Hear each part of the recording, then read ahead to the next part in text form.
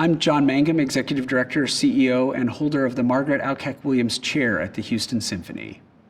The program opens with the Winter Concerto from Vivaldi's Four Seasons. And of course, this has long been a staple of Mr. Perlman's repertoire.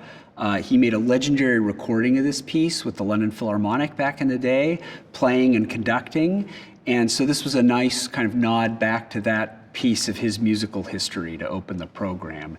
And of course, his role with the Houston Symphony during this artistic partnership has been both as player and conductor. And so, we get, again, in this final program of his artistic partnership, final program with the orchestra, both facets of his artistry. He'll then conduct George Walker's Lyric for Strings, which is a beautiful piece by this Pulitzer Prize-winning African-American composer, and thrilled that Mr. Perlman wants to take it into his repertoire and do it with the orchestra. And of course, as a string player himself, he gets a great sound out of the strings of the Houston Symphony. So that should be wonderful to hear.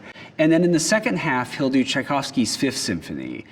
And, this is one of Tchaikovsky's, I feel, three great symphonies, the fourth, the fifth, the sixth. It's great for him to be able to do one of these big Tchaikovsky symphonies, which is, again, right at the heart of what he's such a great exponent of, which is the wonderful romantic repertoire with the orchestra.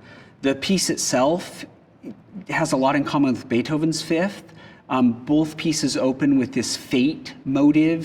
People have called the opening of Beethoven's Fifth fate knocking at the door. Tchaikovsky's is a little more understated. It's a very sort of slow, contemplative opening to the symphony. But then this motive runs throughout the whole piece.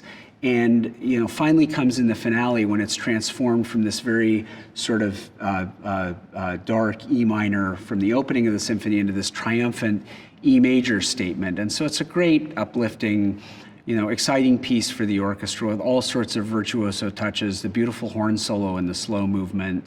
Really should be a wonderful workout for the orchestra and a great capstone to Mr. Perlman's artistic partnership.